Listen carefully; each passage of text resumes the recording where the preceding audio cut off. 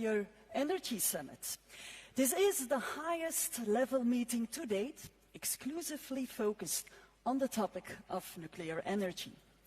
And this summit is a testament to the open and innovative spirit of Brussels, and the Atomium is a symbol of that. Today will feature national statements by each of the delegations present, a host press conference, and a sequence of panel discussions to debate the place of nuclear power in our road to net zero. Allow me to give the floor to one of today's hosts, the Belgian Prime Minister, for his opening remarks. Please welcome Mr. Alexander de Croo.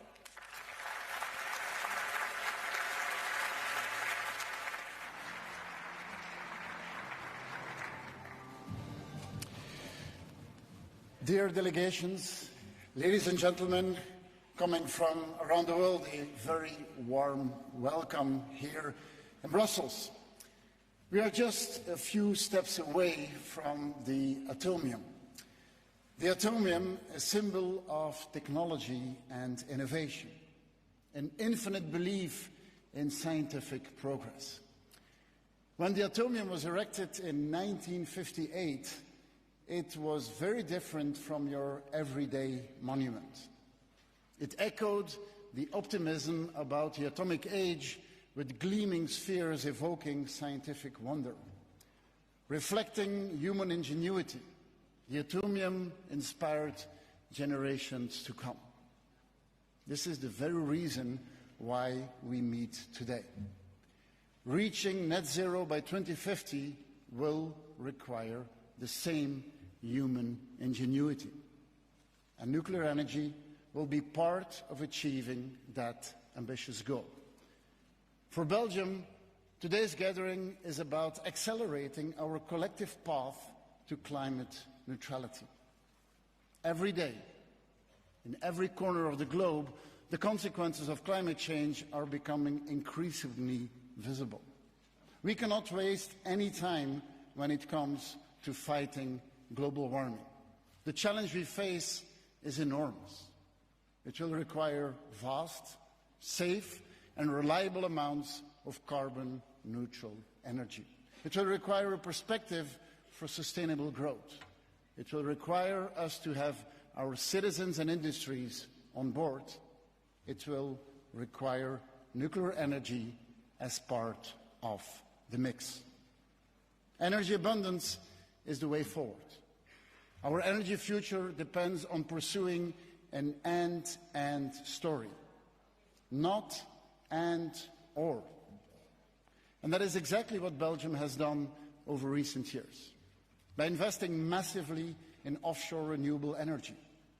Our coastline is very limited, but we are quadrupling our offshore wind power production in the North Sea. By 2030, our production will cover the electricity consumption of 5 million households, almost all of our population.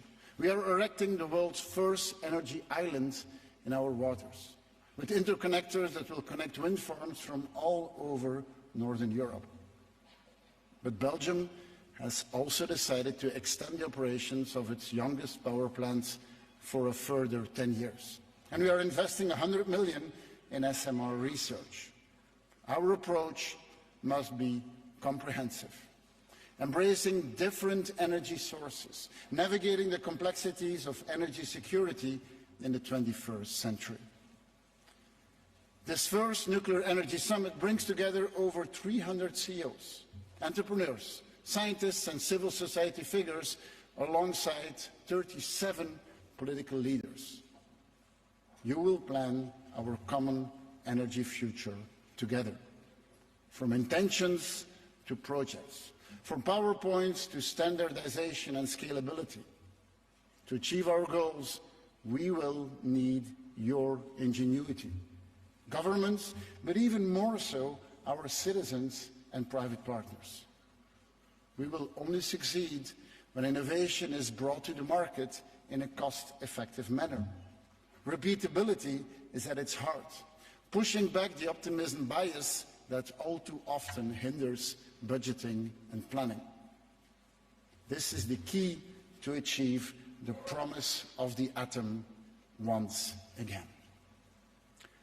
One final word of gratitude for your leadership, Director General Grossi, dear Rafael, for your recognition of Belgium's nuclear heritage, for your support to my government effort to reverse course and to achieve lifetime extension under difficult circumstances. I wish all of you here today creativity, perseverance, and of course, ingenuity. Enjoy this first global summit for nuclear energy. We are proud to be your host. Thank you very much.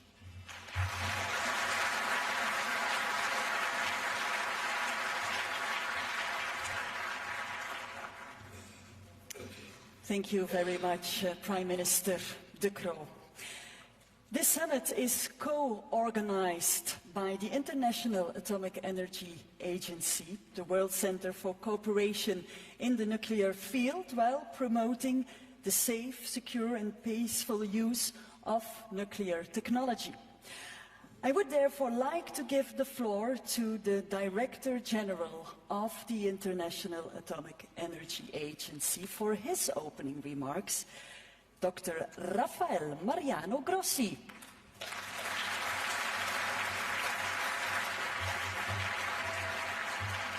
Thank you very much. Good morning, everybody. Good morning, ladies and gentlemen. Dear Alexander, thank you for hosting us for this first ever nuclear energy summit. It is interesting to note that it took 70 years of commercial exploitation of nuclear energy to have the first meeting at your level, at our level, at the level of world leaders. And it's logical that it happens now. Could have happened before, but now it is not a good thing to have. It is a need. It is a necessary thing to have. There is a convergence of factors that we all know and you as leaders are dealing with every day. There is an energy crisis, an energy dilemma. There are also undeniable tensions in the world, and we know for a fact that nuclear energy today, not as a prospect, not as a plan, not as a utopian idea, is today, as we speak, providing a quarter, 25% of the clean energy which is produced in the world, and here in Europe, half of it. But more is needed in a collaborative way. As Alexander was wisely saying, this is not a beauty contest. This is a fight where we have to use all the available, dispatchable, CO2-free energy sources for the common challenge, which is to decarbonize our energy matrices as soon as we can. And we are moving in that direction. As I was saying, it took 70 years to get to the first summit. It took 28 conferences on climate change to recognize at long last that nuclear should be accelerated. And it's good that it has happened. Better late than never. And now we need to see what is needed so that this is done in the right way. And this is why the IAEA is part of the effort. This is why we are here. Because we were created in the 1950s, more or less at the time the beautiful atomium was being built. In fact, the atomium was 58. The IAEA was created in 57, after the 1953 Atoms for Peace speech by President Eisenhower at the United Nations. Atoms for Peace is what we need. And Atoms for Peace is all about the challenge that we have in front of us. The important thing is that this, in a world that is, of course, confronted with all these tensions and differences, this, as you can see here, this is a global effort. It's not Europe, it's Africa, it's Asia, it's Latin America, it's North America, it's the world that needs this to get its act together and to do it in a better way. But of course, when we meet at this level of leaders, it's not to celebrate or simply to commemorate something, it's to think about how to do it better and how to do it right. And this is why I'm very proud to say that all the participants from all over the world reunited here in Brussels have agreed on a declaration that addresses these points. This declaration addresses all these points, but also focuses on what we still need to do in order to facilitate, to make possible that this promise, that this factor, that the nuclear factor is there in the right way. And what we have in mind here, of course, is aspects that are very, very concrete, very tangible, like the financing, for example.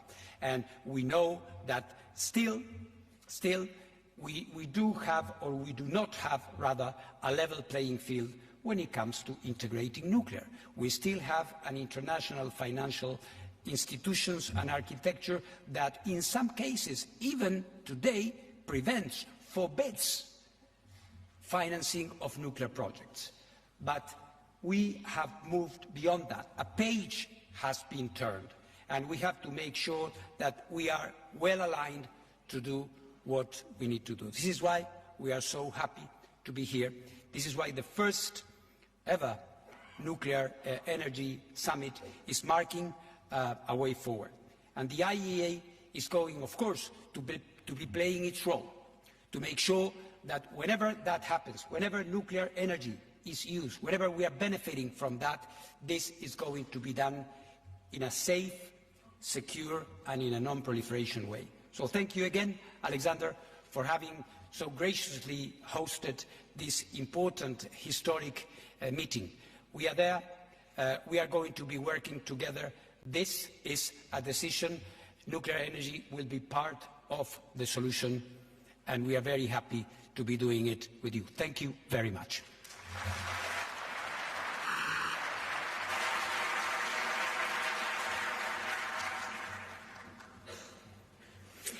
Thank you very much, Director General Grossi. And we are joined here today with quite a lot of delegations from around the world and more than 300 representatives from industry, civil society and the broader nuclear energy community. We will now move on to the national statements by each of the delegations gathered here today.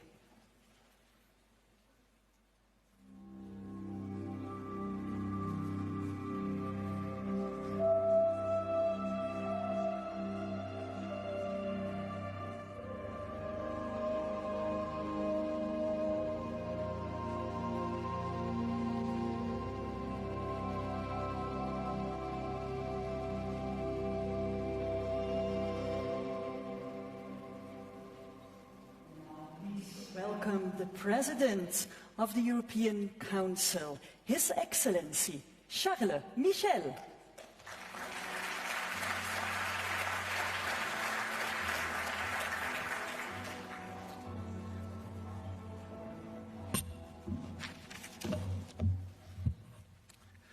Dear Prime Minister, dear Alexander, Madam President of the Commission, dear Director General Rafael Grossi, dear Head of State, Head of Governments, ladies and gentlemen. First of all, dear Alexander, let me thank you for hosting this important summit under the Belgian presidency. Ladies and gentlemen, a more sovereign Europe is not just wishful thinking. Today, the world is more dangerous and unpredictable than ever. Wars, conflicts, climate change, and the digital revolution. And that's why in the EU we know that we must take greater responsibility for our common future. Our actions must match our ambitions. We are getting stronger in strategic areas and building our European sovereignty, especially in two critical areas that should be priorities for all of us. First, our competitiveness and prosperity. Second, our security and defense. Russia's war against Ukraine has been a brutal awakening for all of us. It showed we need to be a lot stronger in security and defense. We must be defense ready. But Russia's war has also had a dramatic impact on our energy security. In fact, the Kremlin fired an energy missile at Europe to obliterate our economies, weaken our societies, and destroy our morale. And it showed we must be more independent in the energy sector and less dependent on unreliable regimes for our energy. More independence means more freedom. Freedom to act boldly, to defend our interests and to promote our fundamental values. And that's why we must build a genuine energy union as a pillar of our EU sovereignty, because this would allow Europeans to act collectively and give us more energy security and more control of our future. Nuclear energy has a role to play in our European sovereignty. Ladies and gentlemen, dear friends, nuclear energy accounts for about 10% of electricity generation globally. And in the EU, each member state decides on its own energy mix, including whether to include nuclear power or not. Nuclear can help ensure grid stability when fossil fuel power stations are phased out. Nuclear helps give our union more energy security. Nuclear energy can also help us fight climate change by reducing our greenhouse gas emissions. We are investing massively in renewables, it was said by the Prince of Belgium. But we need to do more, we must innovate more. Small modular reactors foster new technologies such as hydrogen. They could be decisive in decarbonizing our building sector, for instance, and promising advances in fusion and fission technologies could be a game changer for the future of nuclear energy. Ladies and gentlemen, dear friends, we also need to strengthen nuclear security around the world. And the IAEA plays a crucial role helping countries apply international safety standards to strengthen nuclear power plant safety. Dear Director General, dear friend Rafael Grossi, the EU fully supports you, your work. The agency is playing a fundamental role in ensuring nuclear energy is used for safe, secure and peaceful purposes. Ladies and gentlemen, the green and energy transition is a challenge for every country across the globe, and nuclear has a role in supporting these transitions that affect every human being, no matter where they live on this planet. Today, again, Europe is being severely challenged. European sovereignty is, I am convinced, our best answer to this challenge, our path to making the EU stronger, more independent and more influential. We will deliver on this vision. I thank you.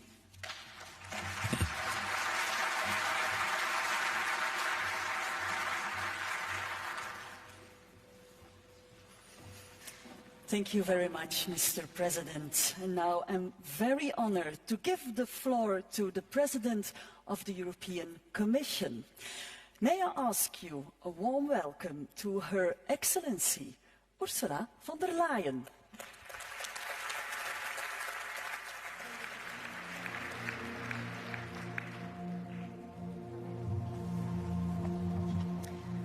Dear Prime Minister Alexander De Croo, fellow leaders, Excellencies, Director General Grossi, ladies and gentlemen, thank you very much for this opportunity to address this summit meeting. As everyone is aware, there are different views across the European Union on nuclear power. But I am here because I believe that in countries that are open to the technology, nuclear technology can play an important role in the clean energy transition. I can also see that after the global energy crisis caused by Russia's invasion in Ukraine, Many countries are giving a fresh look to the potential role that nuclear might play. So why is this?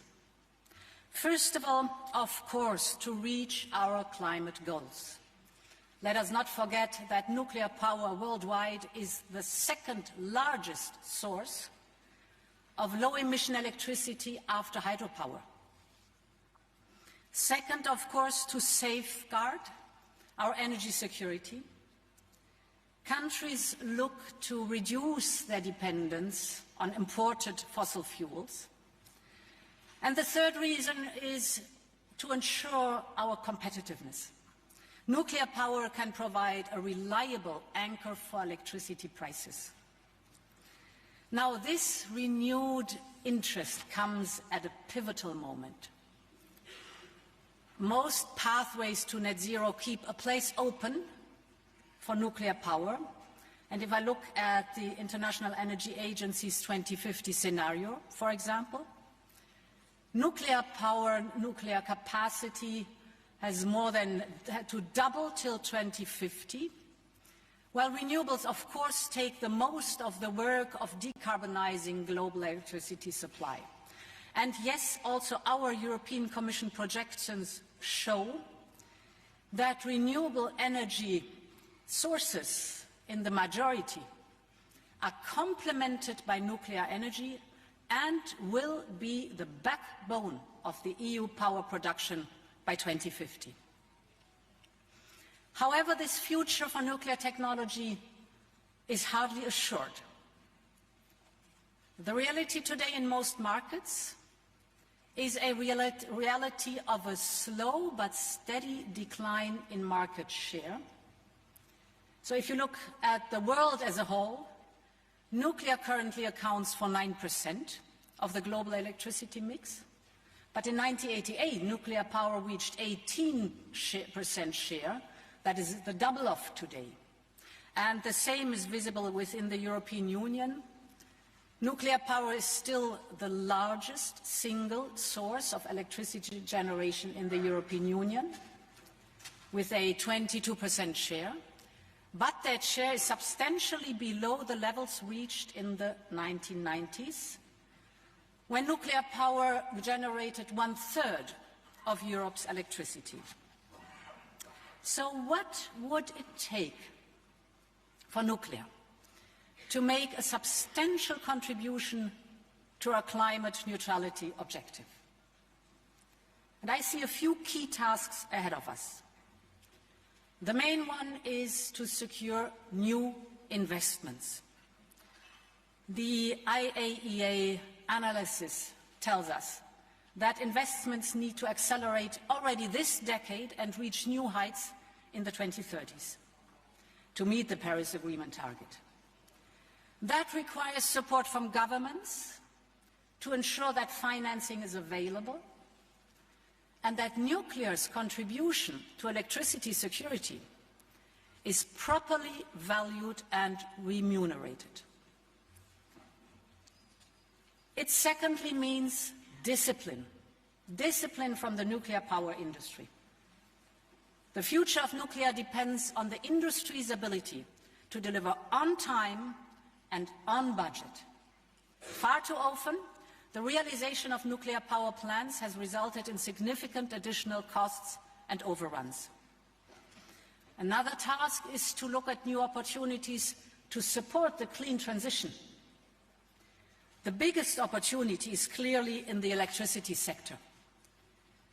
But there are other potential avenues for nuclear, for example, to provide decarbonized heat or to supply low-emission hydrogen. These can help cut emission from industry, which will be critical to reach climate goals. Then there is, of course, also the issue of lifetime extensions for existing nuclear plants, provided, of course, they are safe operations. Given the urgency of the climate challenge, countries need to consider their options carefully before they forego a readily available source of low-emission electricity. Extending the safe operation of today's nuclear fleet is one of the cheapest ways to secure clean power at scale. So it can help pave a cost-effective path to net zero. The final task is to innovate. Innovation in nuclear technologies is a very dynamic space, particularly for nuclear power technologies such as small modular reactors. And of course, as with every emergent technology, there are ups and downs, successes and failures. That is quite normal. But SMRs are a promising technology, and there is a race underway. The race is among leading countries and companies to prove this technology and bring it to the market. More than 80 projects around the world are moving forward, and several of our member states have expressed a strong interest in SMRs, so let's go for it. So to conclude, I leave you with these 4 tasks. Invest now in climate neutrality 2050. Broaden your engagement with clean energy transition. Consider the extending of lifetimes of existing plants with full commitment to the highest level of safety, and innovate. If the industry and governments can deliver on these tasks, then I can see a way forward for nuclear power to make a significant contribution to a rapid, safe and secure net zero future. Thank you very much.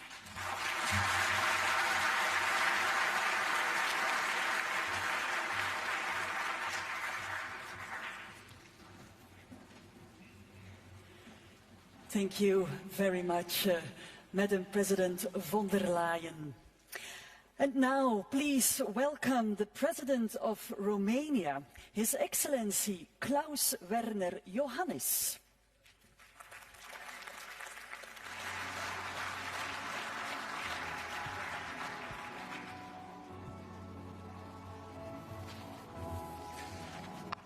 Thank you.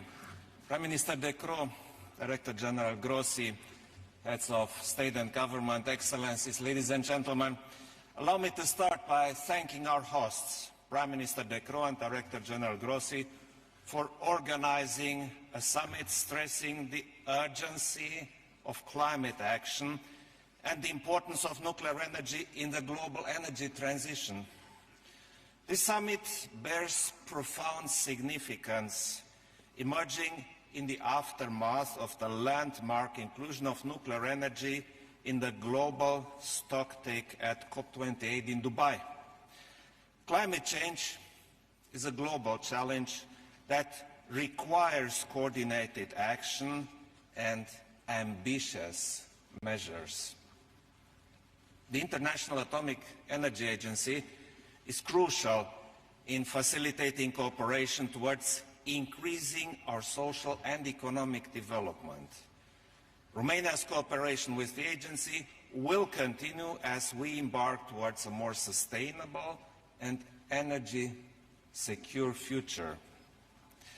Ladies and gentlemen, Romania is determined to develop its nuclear energy program through enhancing large-scale production capacity and deploying the innovative small modular reactor technology by working with the United States and other key partners. Moreover, we aim to become a regional leader in nuclear energy operations and deployment, in training specialized workforce and the supply chain hub for nuclear energy production. In developing the National Nuclear Energy Program, we are committed to safety for the public and the environment, secure operation of our facilities, and full compliance with our non-proliferation requirements.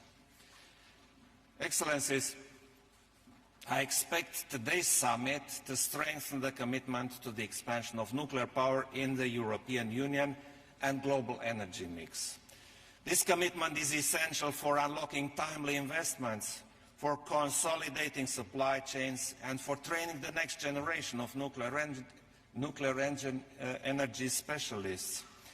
I welcome recent steps taken in this regard by the European Commission, such as the European Industrial Alliance on small modular reactors. We need to make sure that our nuclear energy ambitions benefit from suitable financial support, considering also the role of nuclear power in accelerating decarbonization. Combining public and private funding is crucial in creating a business model for accelerated nuclear deployment, easily replicable. We need to expand our investments in research, demonstration projects and development of nuclear materials and technologies. In conclusion, allow me to call for unified action that leverages the massive potential of nuclear energy to drive us towards a net zero and energy secure future. I thank you all.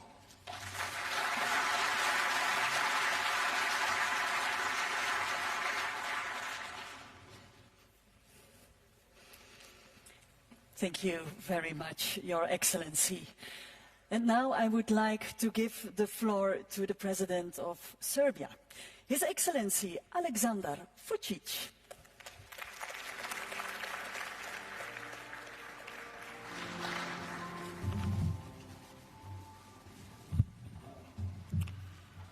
Dear Alexander, thank you for hosting us.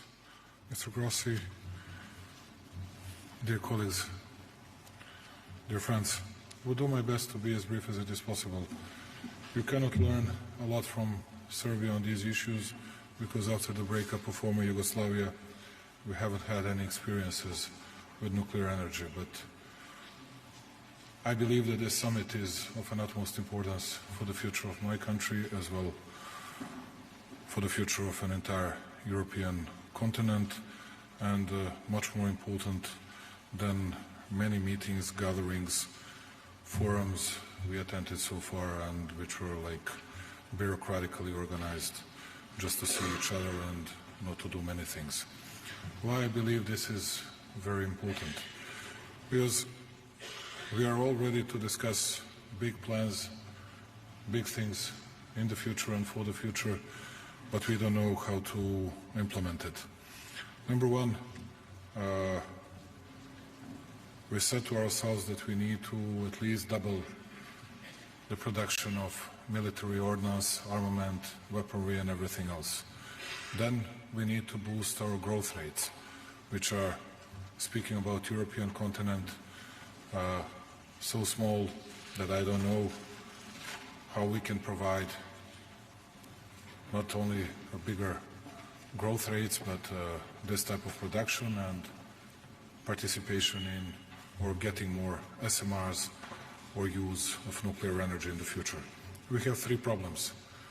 Number one is that we, at least in my country, we have know-how. We don't have know-how about use of nuclear energy, and we don't know exactly where to get it. Number two is how we're going to finance all these projects, and I can tell you in advance that we are very much interested in getting at least 4 SMRs that can replace 1,200 megawatts. We don't know how to do it, how to finance it, because it costs around 7.5 up to 8 billion euros. Anyway, we'll be ready to participate significantly, but we need to get some sort of support from the other sides, from the leading states, leading countries of European Union. And number three, it means that we'll always need to get a change of mindsets of our people, which is not easy, but we are ready to do it, which means that we'll not only adjust, but we'll have to change an overall legislative framework, and we'll do it. And at the end, if we're going to have a continuation of terrible security situation, which means different type of wars in the world, my question would be, who's going to finance it? How are we going to finance it? How are we going to secure bigger growth rates? How are we going to produce more military equipment than we used to? Or is it just another fairy tale? Anyway, I believe this is very useful. I really believe in this and would like to get a lot of help, particularly know-how for my country, and will ask our hosts and all the others to be as much supportive as it is possible. And Mr. Grossi, please come to Belgrade as soon as possible. You're always very welcome, and thank you for listening to me. I'm sorry that it took a lot of your time. Thank you very much.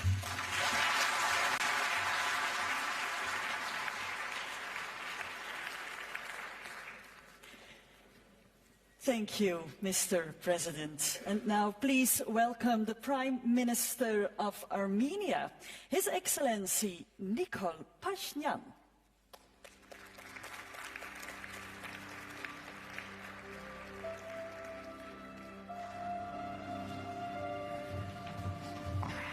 Thank you very much. Prime Minister De Croo, Director General Grossi, Excellencies, ladies and gentlemen. I extend my sincere gratitude to Director General Grossi for convening this inaugural Nuclear Energy Summit and to Prime Minister De Croo for generously hosting this important gathering. Armenia, as a state relying on nuclear power generation, stands firmly behind the consensus that nuclear energy is indispensable in our fight against climate change and recognizes the inalienable right of NPT state parties to develop it for peaceful purposes without discrimination and political barriers. This is why Armenia was among 22 countries who fully supported the International Atomic Energy Agency statement on nuclear power at the UN Climate Change Conference in Dubai in December 2023.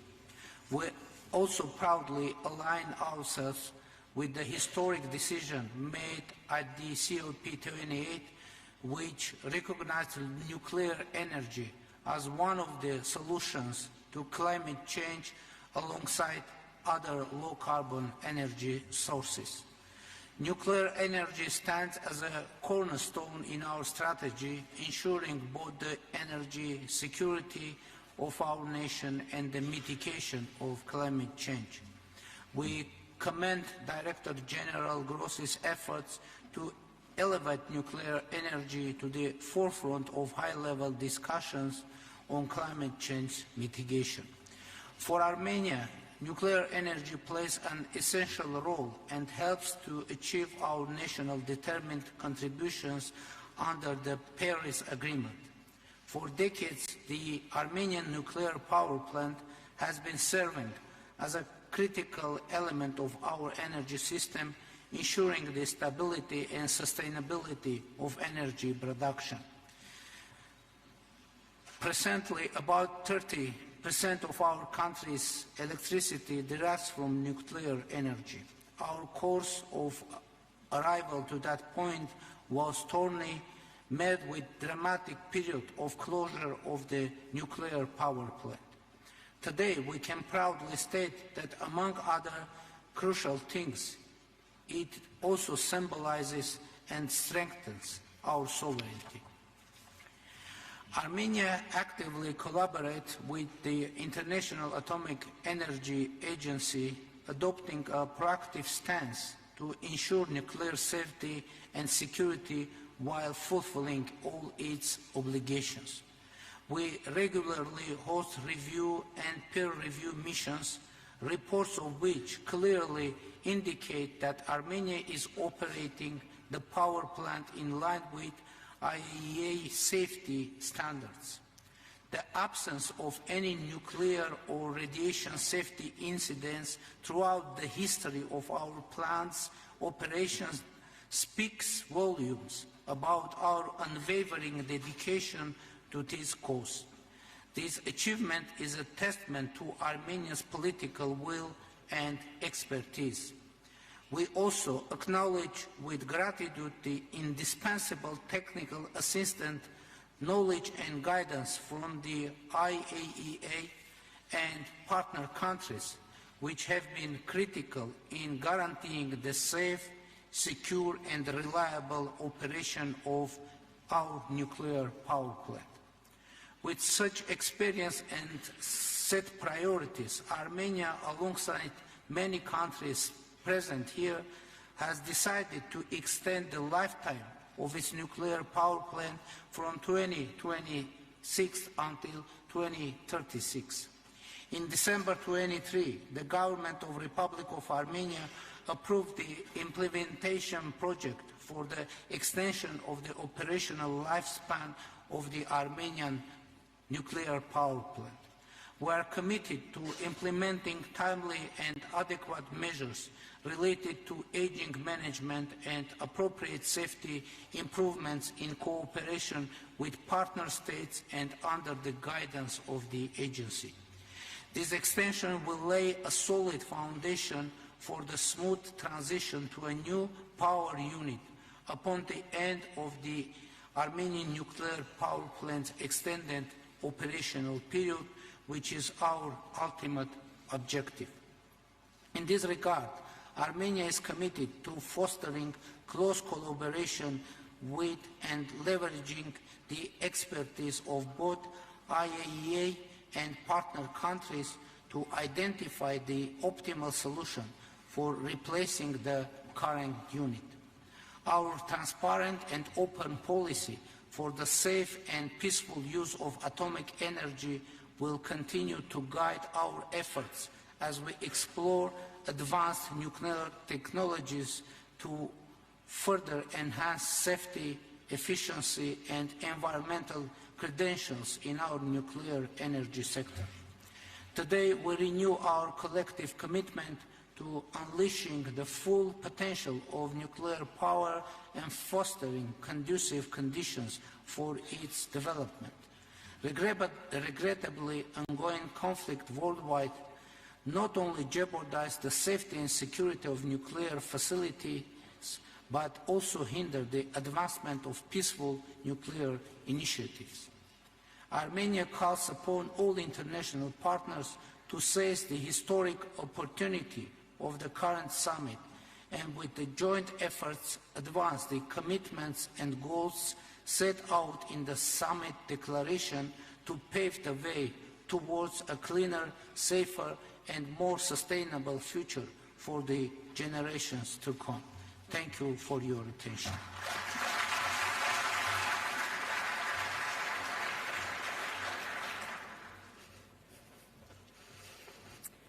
Thank you, Mr. Prime Minister. May I ask a warm welcome for our next speaker, Prime Minister of Bulgaria, His Excellency Nikolai Denkov.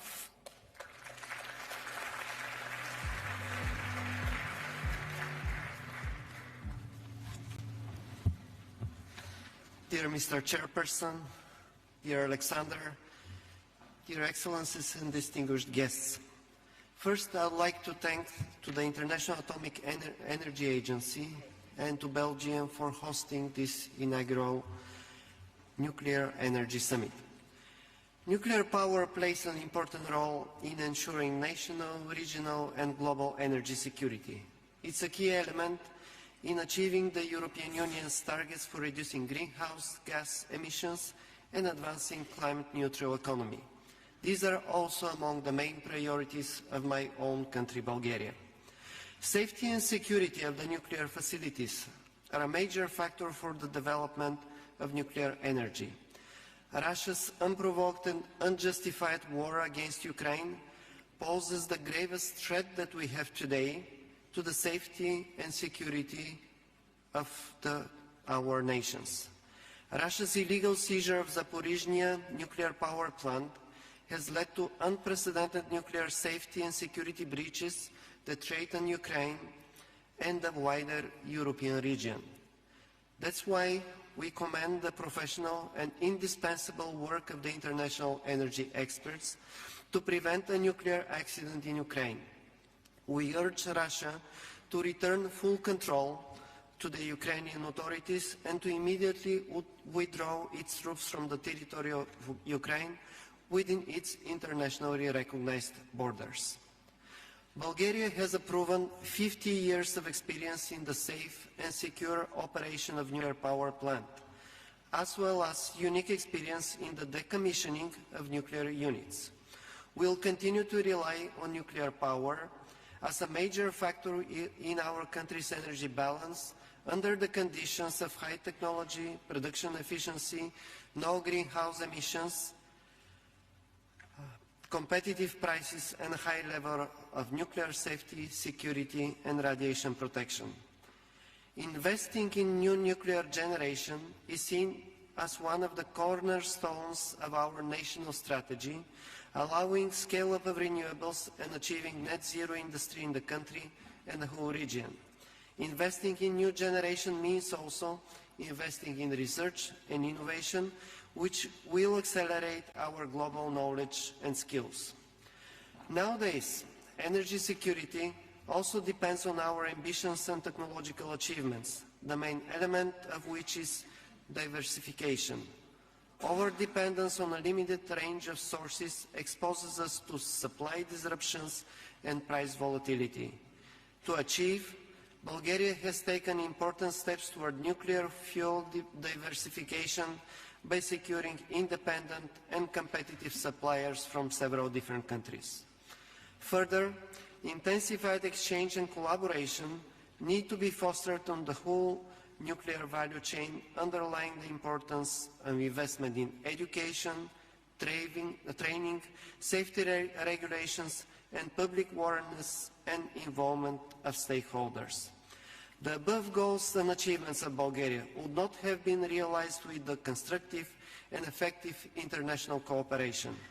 We thus reaffirm again the central role of the international agency in strengthening and coordinating states' joint efforts while promoting a strong and sustainable global framework for nuclear safety and security.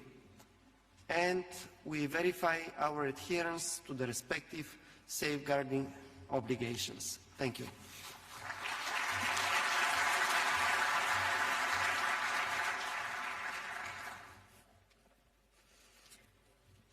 Thank you, Your Excellency.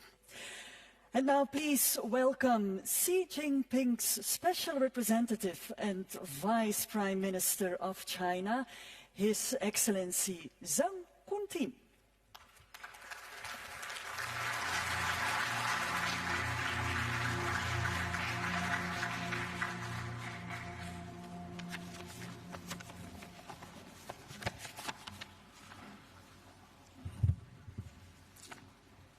女士们、先生们、朋友们，很高兴作为中国国家主席习近平特别代表出席首届核能峰会。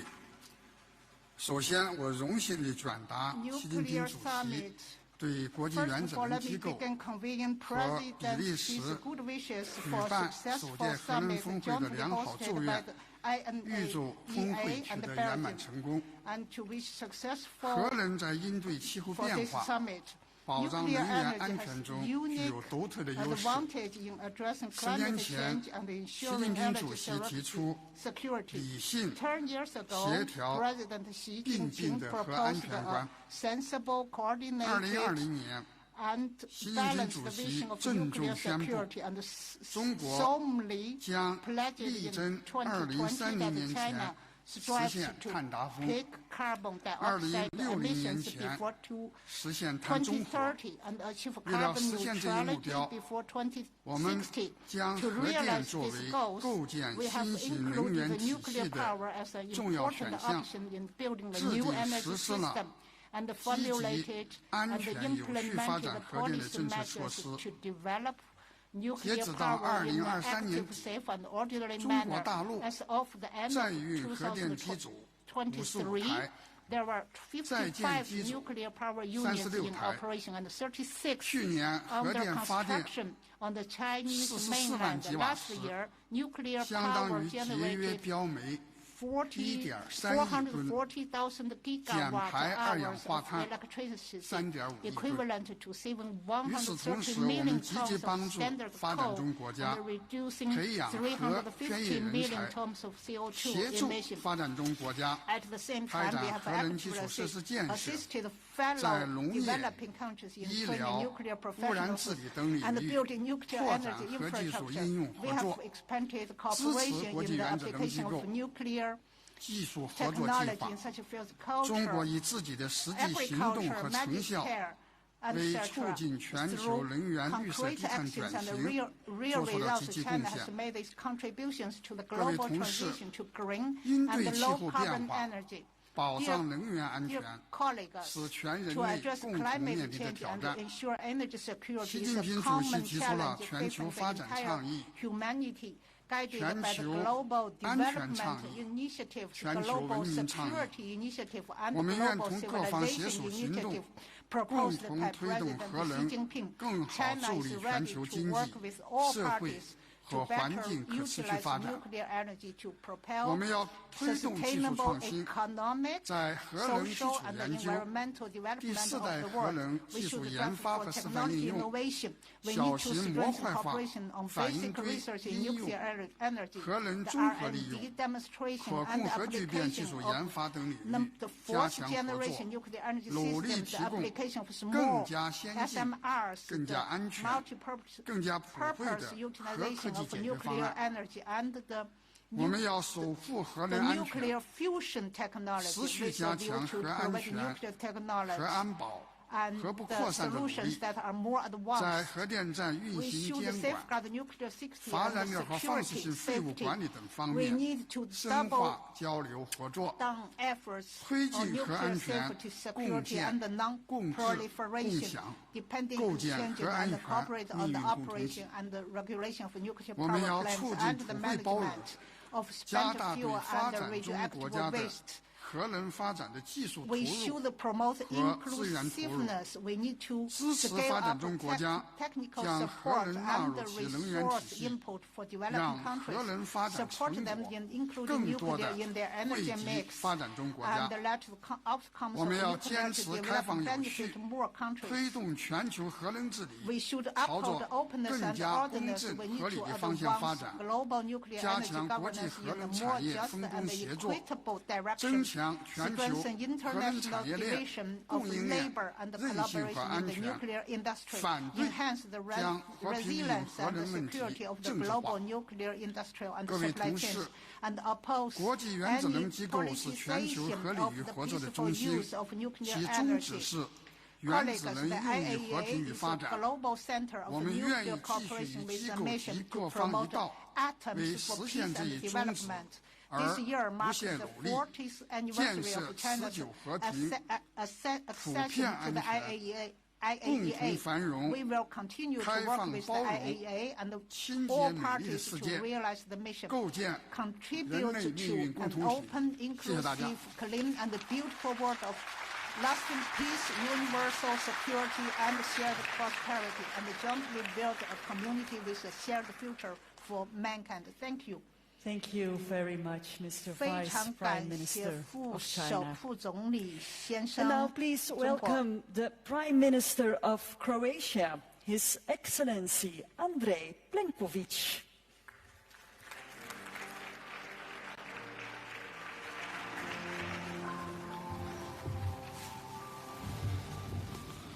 Thank you very much, dear Alexander. In 2022, nuclear energy represented 21.8% of the EU's electricity production. This shows the importance of this technology for the energy transition in the European Union.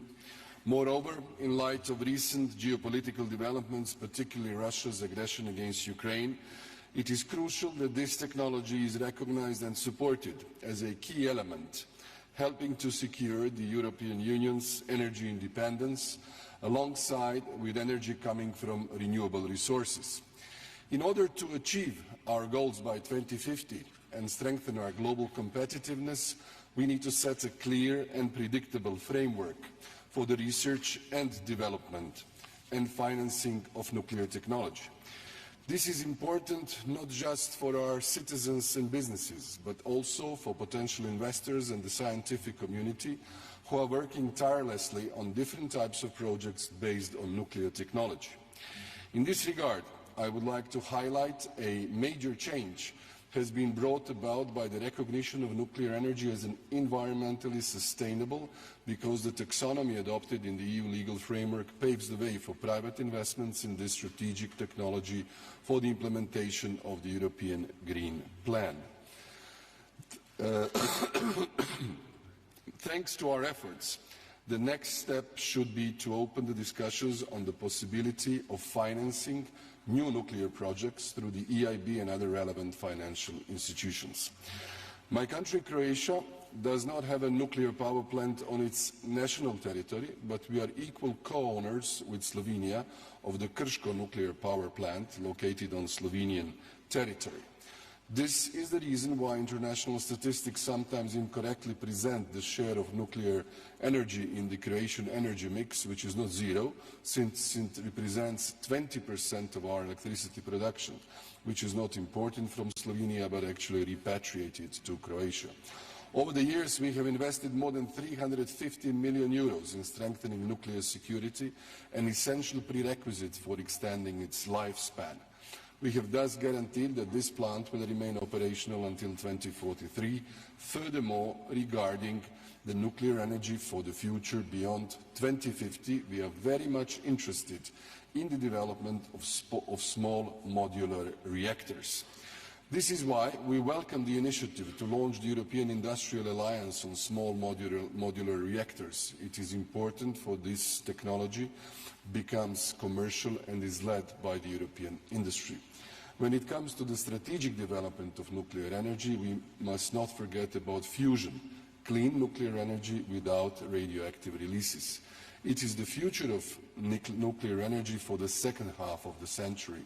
Great progress has already been made with ITER, International Thermonuclear Experimental Reactor, being an excellent example of successful international cooperation. We are strongly involved in the EU's nuclear fusion program. On the one hand, we have an industry that is very actively involved in the construction of ITER, and on the other hand, with our Spanish friends, we are actively working on the DONES project, which is an important segment of the nuclear fusion program.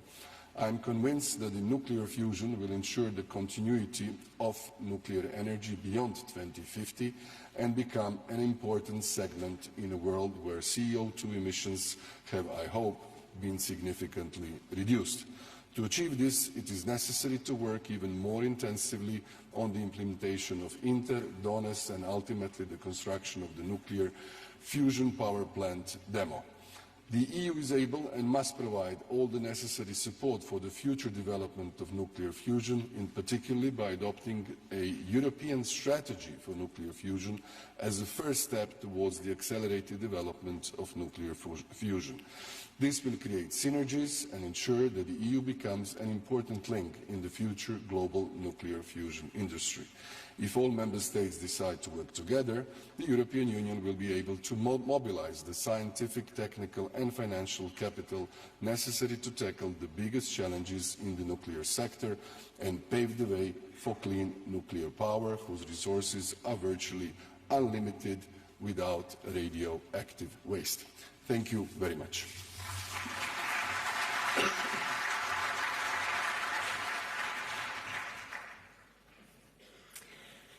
Thank you, Mr. Prime Minister.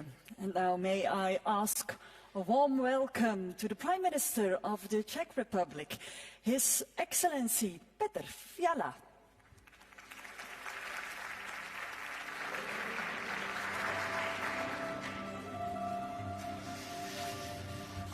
Dear Prime Minister, dear Alexander, dear Director General Grossi, Excellencies, ladies and gentlemen, thank you for today's summit. The time is limited, so I will give you only 3 short perspectives of the importance of nuclear energy, global, European and Czech. For more than 2 years, we are facing the Russian war of aggression against Ukraine and energy blackmail of many other countries. This is combined with geopolitical issues in other parts of the world. It is important to end our dependency on fossil and nuclear fuels from aggressive and unreliable countries. We should work to achieve energy security by cooperating among reliable partners. Together we need to work on ensuring sustainable, affordable and secure energy. Nuclear energy, together with renewable energy, is and will be the essential part of our energy mix. At a European level, we have initiated the Nuclear Energy Alliance. It now includes more than half of EU member states.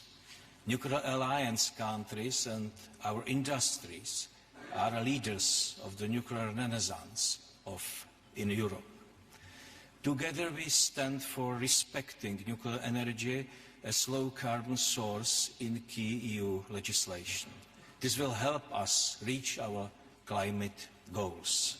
We must include this nuclear strategy into the policy programme of the next European Commission. We cannot waste any more time.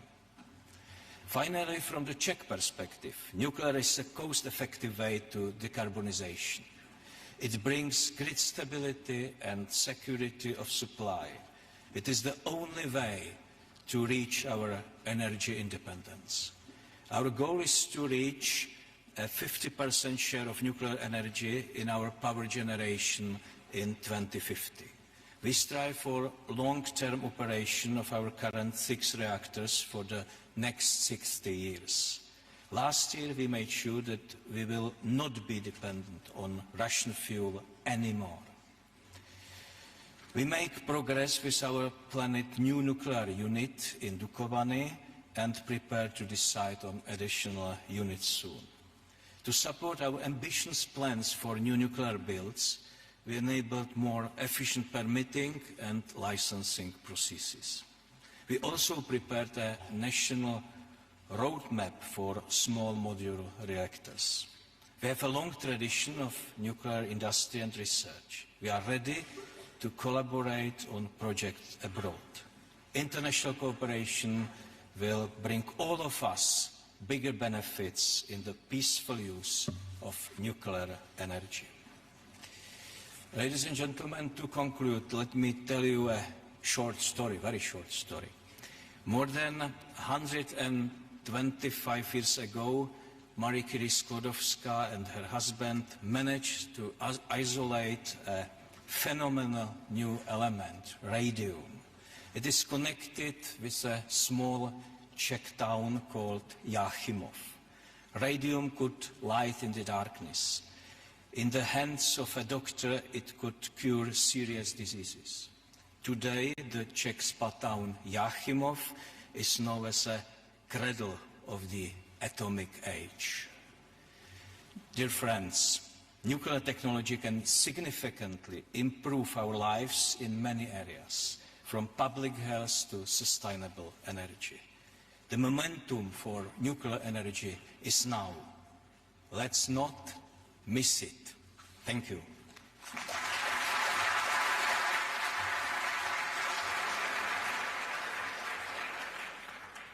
Thank you, Your Excellency.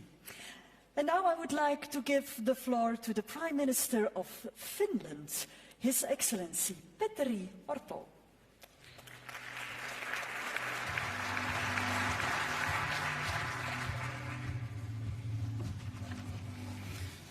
Prime Minister De Croo, Director General Grossi, President Macron, dear colleagues, this summit is a great opportunity to discuss nuclear energy both in European and in global context. Nuclear energy is a key in building clean, secure and affordable energy system. For Finland, nuclear energy is a very important part of our sustainable energy system, and we need to work together in order to find right solutions in Europe and globally. For the European leaders, including many of us here today, setting a EU 2040 climate target is one of the key priorities for the coming years. Globally, we need to strengthen our actions to meet objectives of Paris Agreement. Nuclear energy together with renewables is an answer to decarbonize our energy system and industry. We have to be ready to promote and defend a technologically neutral approach. In our view, technological neutrality should be the guiding principle in all measures when implementing the 2030 target. Finland highlights the predictable EU policy lays the ground for energy investments and innovations. Director General Grossi, let me start by expressing my full support your work. I commend you and the Secretariat for professional, objective and impartial work. There are so many ways how the IAEA can support civil nuclear energy, in particular in the topical area of small modular reactors. One of the great examples, the nuclear harmonization, is nuclear harmonization and standardization initiative. This is an approach that the Finnish government strongly supports. Ladies and gentlemen, Finland has strongly condemned Russia's illegal invasion of Ukraine from the beginning. The war of aggression is a serious threat to the safety of nuclear installations, and I want to express Finland's strong support to the IAEA's work concerning the nuclear safety, security and safeguards in Ukraine. Dear colleagues, we have over 45 years tradition in successful and safe use of nuclear power. With Olkiluoto 3, Europe's largest power plant and renewable solutions, we have been able to secure affordable electricity to our citizens. And in the future, we might use nuclear energy for district heating and hydrogen production as well. We are also approaching the start of deep geological disposal of used nuclear fuel as the first country in the world. Finland calls for deep international collaboration to ensure safe and secure usage of nuclear energy and for enabling development of new kinds of nuclear solutions. Thank you so much.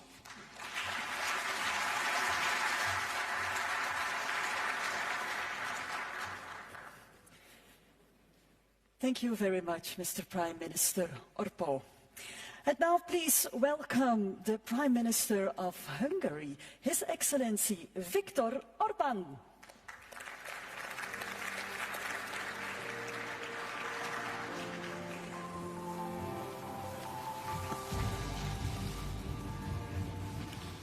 Presidents, Prime Ministers, Excellencies, dear colleagues, the challenges we have been faced with recently have further raised the significance of safe and secure supply of energy. The question became absolutely obvious: how can we generate big quantity of electricity in a cheap, safe, sustainable and environmentally friendly way? The answer is clear. It is only the nuclear way of generating electricity which can simultaneously satisfy all these requirements. Hungary has been using nuclear energy for almost 5 decades, and this provides a stable basis for the safety of our energy supply.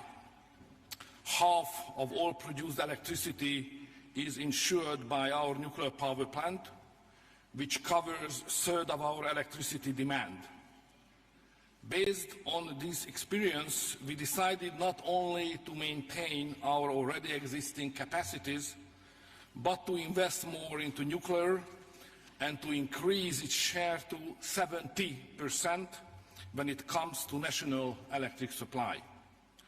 According to the current state of play, A new capacity of 2,400 megawatt will be connected to the grid during the beginning of the next decade.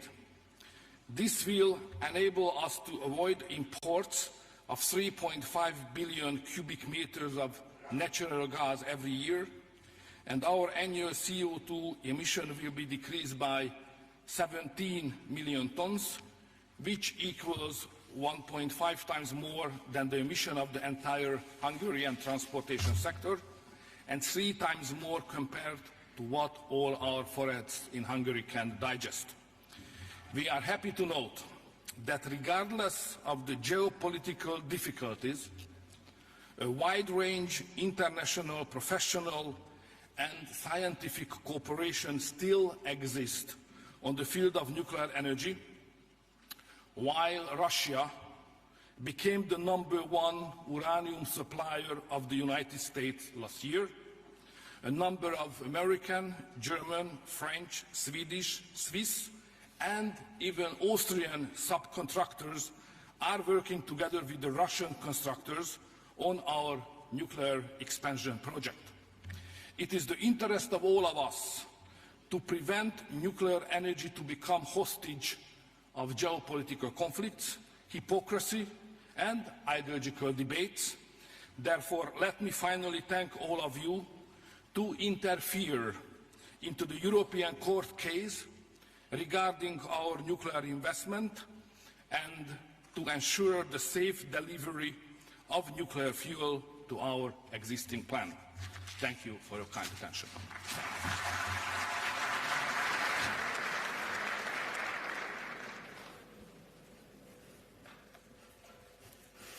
Thank you, Your Excellency. And for the next national statement, I'm very honored to give the floor to the Prime Minister of the Netherlands. Please welcome Mr. Mark Rutte.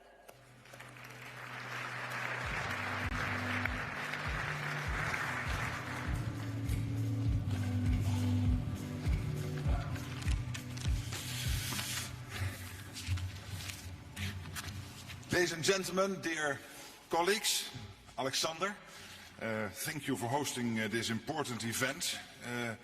I think our presence here this is the first ever nuclear energy summit. It illustrates, I believe, a widespread recognition of the crucial role that nuclear power can play in and combating climate change and providing energy security. For a long time, many of us had reservations. A key reason being the 1986 Chernobyl disaster, which people of my generation still remember vividly. But times have changed. Safety technology has evolved. And, of course, our views on the urgency of a fossil-free future have changed dramatically in recent decades. I believe there can be no doubt now that the war in Ukraine and its impact on the energy sector has acted as an accelerator. Never before has the vulnerability of our energy system been felt so directly. Never before has the need for a reliable and affordable fossil-free energy supply been so clear. And never before has it been so obvious that the energy transition cannot rest on solar and wind power alone. It is true that for the transition to succeed, we need every carbon-free energy source we can get. But we also need a source that's available come rain or shine. And that is nuclear energy. At COP28 we reached collectively a new milestone. In Dubai, more than 20 countries signed a declaration to triple nuclear energy capacity by 2050. The Netherlands is one of the signatories.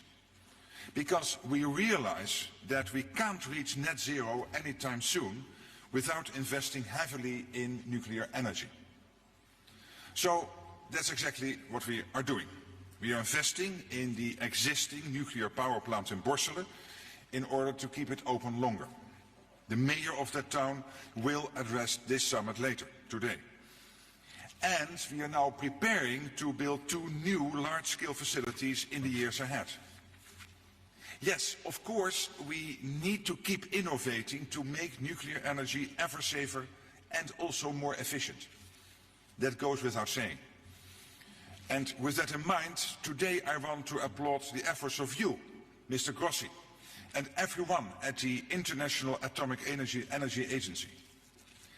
The agency's role as a knowledge provider and also a watchdog. These two roles, it is crucial. Not only for individual countries, but also for the international community. You help foster the kind of global cooperation that we need to move forward. So let's keep working together for a safe and stable energy future that serves both people and planet. Thank you.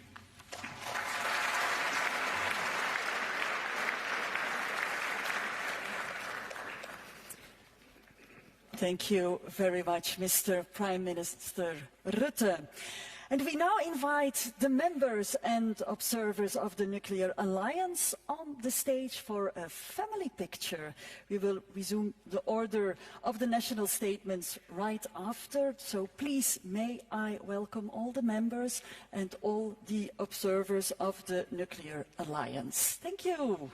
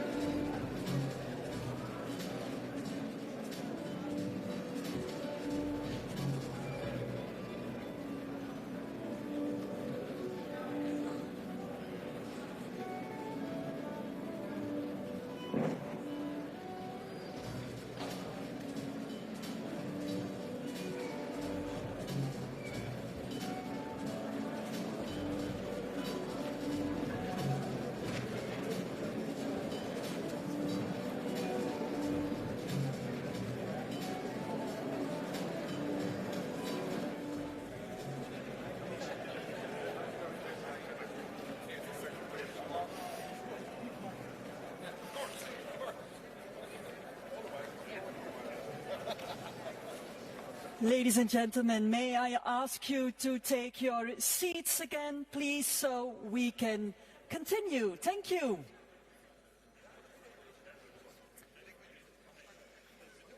I'm sure it's going to be a beautiful family picture. Good. For the next national statement, I'm honored to give the floor to the Prime Minister of Poland, His Excellency Donald Tusk.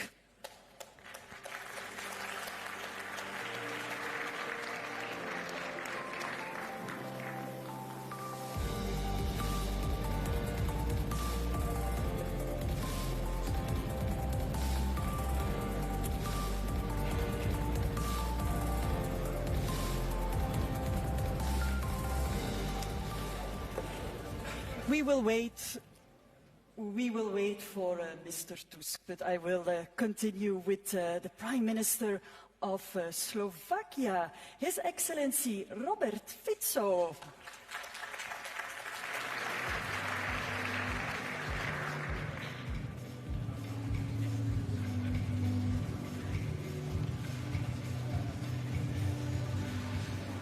Thank you very much, ladies and gentlemen.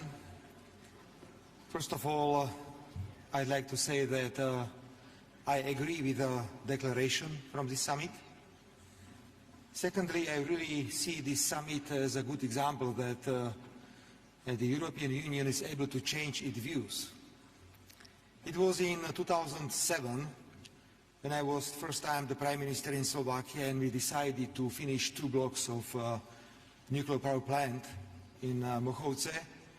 And my government was heavily criticized by the European Commission and by the European Union. So I hope that this summit is a good example that the European Union and its organs are able to change views not only in the field of nuclear energy but also in other fields. Ladies and gentlemen, atomic energy, nuclear energy plays decisive role in Slovakia, and Slovakia can be compared with France. Sometimes I can say that Slovakia is a small France when I compare how we use atomic energy in my country. Just to understand, we produce in Slovakia at the moment 1 million cars, and there are plans to produce 1.5 million cars per year. So we understand that if we want to face all these challenges connected with electromobility, we have to discuss the question how to guarantee a supply of energy. That's why we have decided very recently to continue in the construction of nuclear plants in Slovakia. So I'd like to inform you that my government will invite all companies from the world to compete, because we would like to construct completely new nuclear power plant with a power 1,100 or 1,200 megawatts in Slovakia. So everyone who is interested in this field is absolutely welcomed in my country. Slovakia is a country that is able to construct power plants, is able to close, at the same time is able to deal with accidents, because we had one accident in the 70s in Slovakia. So please, everyone who is interested in experience in the field of atomic power is welcome to Slovakia. Thank you very much.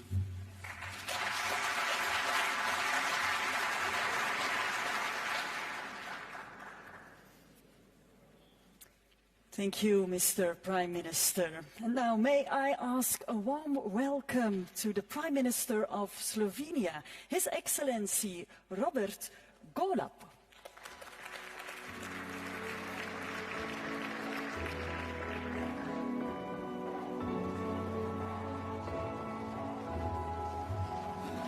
Dear Alexander, Excellencies, ladies and gentlemen, there is no doubt that the global warming is the major threat to humanity, and that we must do everything we can to decarbonize all of the sectors.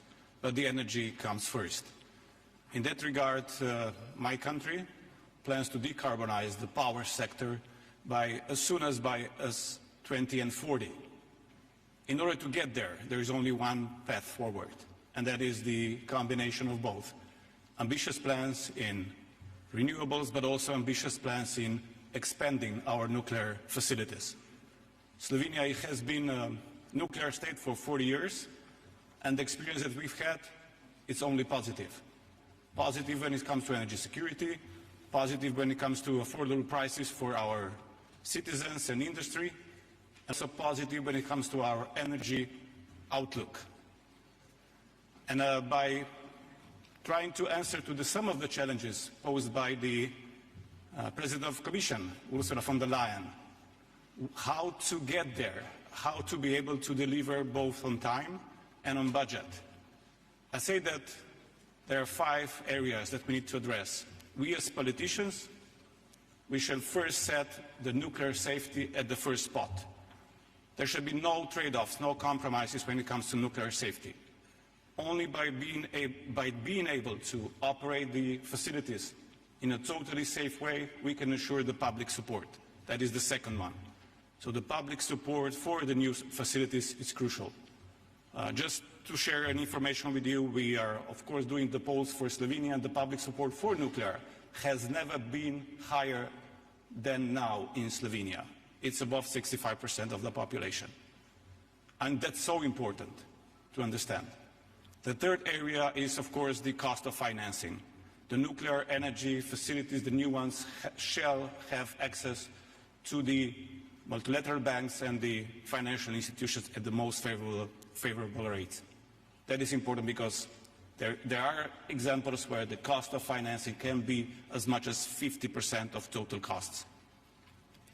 The fourth one is the supply chain, especially in the view of the global instability because of all the wars, crises all around the world. The global supply chain shall be strengthened. It is not such at the moment. We need to address this issue in order to be able for the nuclear industry to deliver on time and on budget. And fifth, we need to ensure that the people, the personnel is there. Most of the facilities in the world are 40 and more years old, meaning that most of the most experienced workforce has been retired. We need to ensure and invest in the new skilled workforce as soon as possible. And that is also one challenge that we politicians shall not overlook. I definitely agreed with the saying that the future is nuclear as well. And I totally commend Belgium for hosting this conference now because we are lagging behind. We need to act immediately if we want the nuclear to really fulfill its role in our future. Thank you.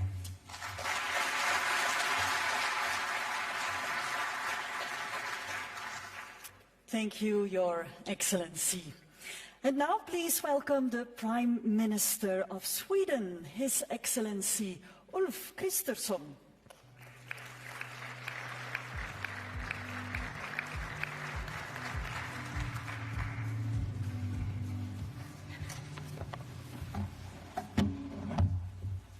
Dear Alexander, ladies and gentlemen, let me first really thank you, Prime Minister De Croo, for organizing this very first Energy Summit, and the same thanks to Director General Grossi. Thank you so much. As everybody knows, the world needs more clean electricity, and an important part of that is more nuclear power as well. We need it, obviously, to combat climate change, and we need it to make the world safer in a time of geopolitical upheaval. At COP28, more than 20 countries, Sweden included, launched the Declaration of Triple Nuclear Energy. The declaration recognizes the key role of nuclear energy in achieving global net zero greenhouse gas emissions by 2050 and keeping the 1.5-degree goal within reach. On the topic of COP28, I will also underline Sweden's support of IAEA's landmark statement that net zero needs nuclear power. Sweden already has an almost fossil-free electricity and heating system, thanks to a large share of nuclear power, traditional hydro and other renewables. But to meet our climate targets by 2045, we need to electrify transportation and industry, which could double the electricity demand in only 2 decades. Less than 10 years ago, Sweden was decommissioning nuclear reactors. Those days are over. My government has reversed that policy and is now planning a significant expansion instead. The government has launched several initiatives to enable the rapid expansion of new nuclear power in Sweden, with the goal of at least 2,500 megawatts installed capacity by 2035. At the same time, we maintain a high level of nuclear safety.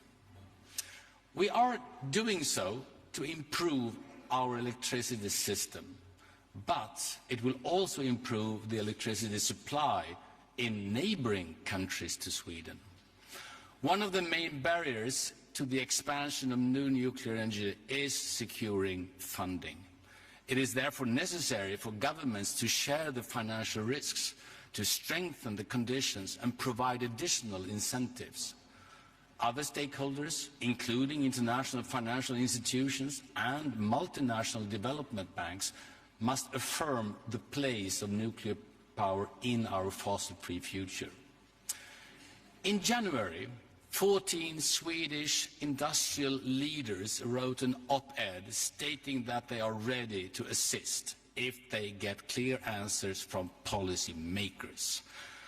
That is something all of us must consider going forward, because without energy policies, you have nothing like climate policies. We need to continue strengthening international collaboration to harness the full potential of civil nuclear energy and triple nuclear energy globally, while ensuring the safe, secure and exclusively peaceful use of nuclear technologies. The IAEA plays a vital role in all these aspects. I am looking forward to working closely with you all to achieve our common goals. Thank you so much. Thanks.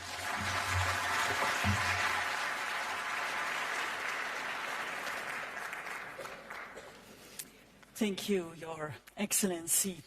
And for the following national statement, I'm very honored to give the floor to the President of France. Please welcome His Excellency Emmanuel Macron.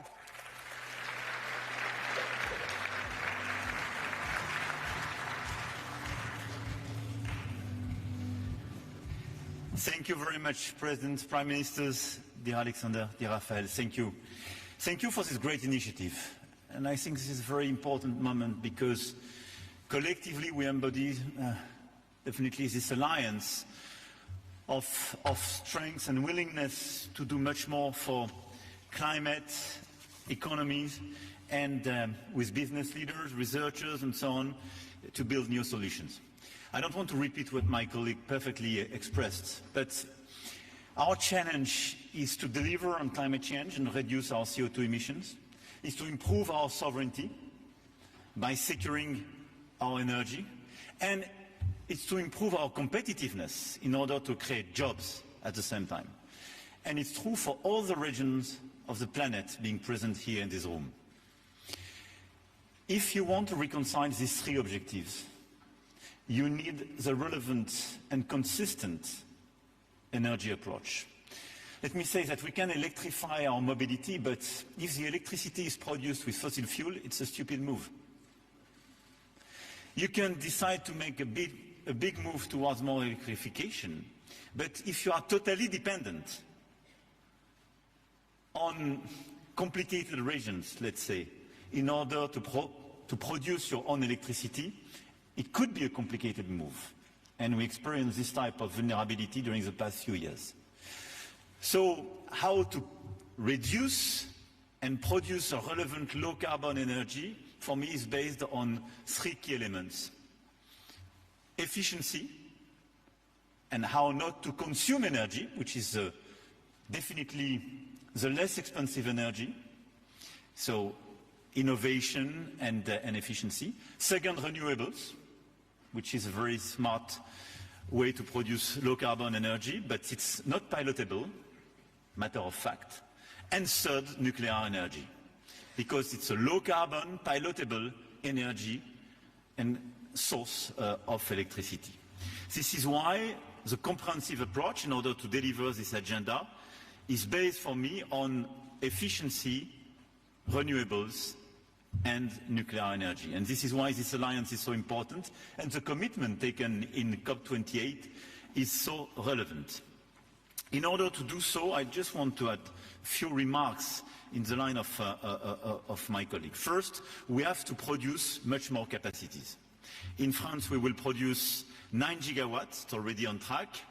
And on top of that, I will announce 14 gigawatts on top of it.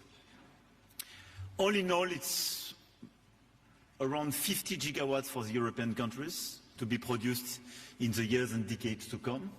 But in all the regions of the world being present here, it's a very important source of energy. And from Caucasus to Asia, Latin America, obviously the US, this is a very important way to do it, and de facto to reduce costs. Second, financing.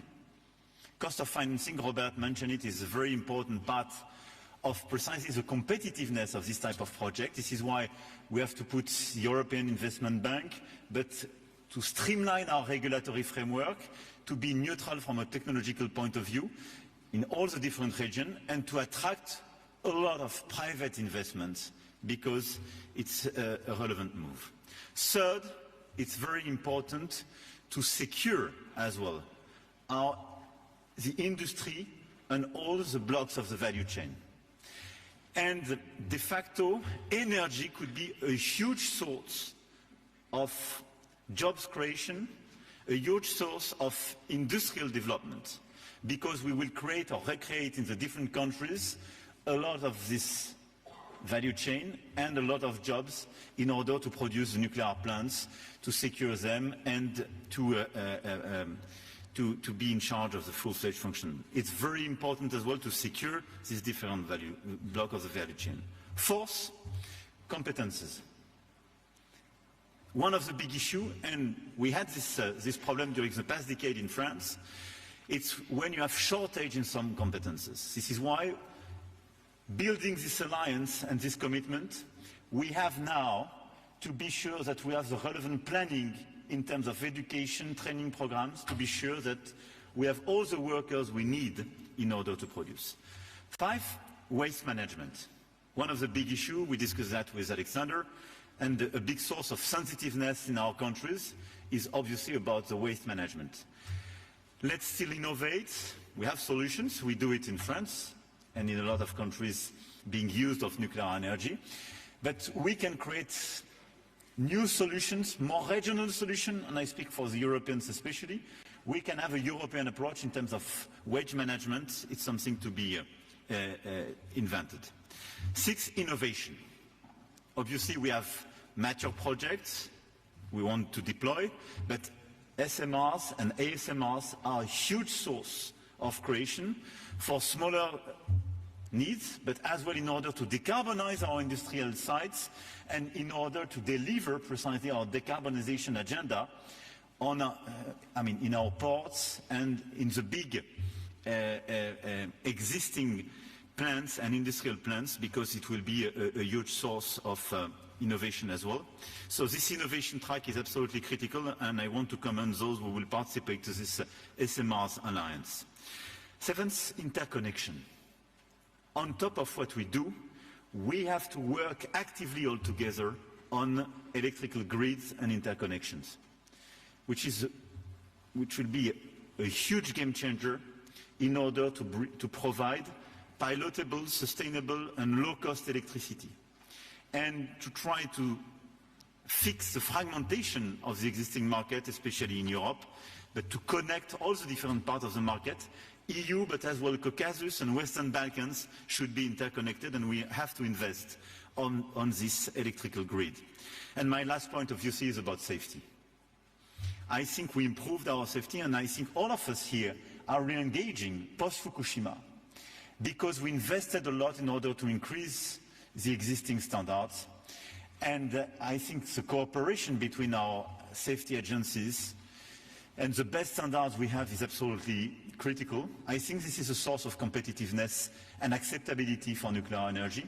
And I want to commend the role of as well of the international agency, Cher Rafael, because from Iran to Zaporizhia in Ukraine and all the sensitive issues, having an independent international coordination through your agency is so important. Here were the key elements I wanted to mention on top of the remarks made by the colleagues. But I want to thank you here for your presence. But now let's deliver a very concrete and an action plan with the governments, with the agency, and I want to salute as well the l'Agence Internationale de l'Énergie, Cher Fatih, and all the business leaders and the researchers, because we have for decades now a huge agenda of growth, innovation, jobs creation, making us able to deliver our objective for carbon neutrality in 2050. Thank you.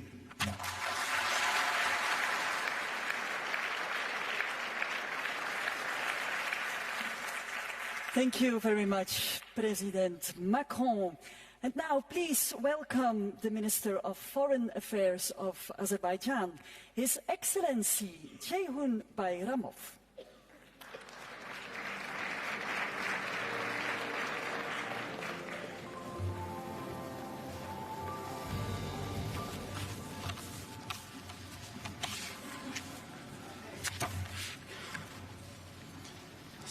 Sir Prime Minister, Director General, Heads of States and Governments, Ministers, ladies and gentlemen, we extend our thanks to Belgium and the International Atomic Energy Agency for the kind invitation. We are gathered here at a crucial time to deliberate on the environmentally conscious pathway of our global energy landscape. The inclusion of nuclear energy in the global stocktake at COP28 as a means for reductions in greenhouse gas emissions was indeed a historic milestone. This development is a testament to the progress made collectively in ensuring the safety and security of nuclear energy and highlights the instrumental role of the IAEA. The IAEA steps focusing on the environmental impacts of nuclear energy, most notably the Atoms for Climate initiative, are commendable and deserve our full support. As we explore expanded use of nuclear energy, it is imperative that we redouble our efforts in addressing nuclear safety. Moreover, facilitating affordable access to nuclear technologies for peaceful purposes should remain a cornerstone of our collective endeavor. We, as the host country for COP29, are committed to spearheading efforts to produce tangible outcomes at this milestone event to be held in Baku later this year. Ensuring the inclusion of facilitated and affordable nuclear energy technologies in the resource deliberations of the COP process is essential. In this context, we look forward to contributions by the IAEA to this process. At the national level, Azerbaijan benefits from the peaceful use of nuclear technology in medical, agriculture and other fields. Together with the IAEA, we are also exploring the possibility of use of nuclear applications in detecting landmines, which is a significant challenge for Azerbaijan. We are currently finalizing our framework document with the IAEA for the next 5 years, which contains provisions on studying jointly with the IAEA the feasibility of use of nuclear energy in the context of Azerbaijan's efforts in transitioning to clean energy.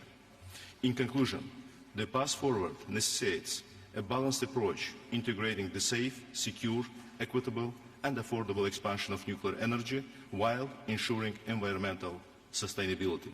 I would like to assure you that in our national capacity and as the COP29 chair, we will spare no effort in this regard. Thank you for your attention.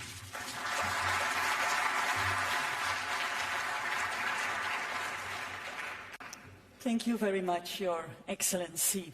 And now I would like to give the floor to the Minister of Foreign Affairs of Pakistan, His Excellency Mohammad Ishaq Dar.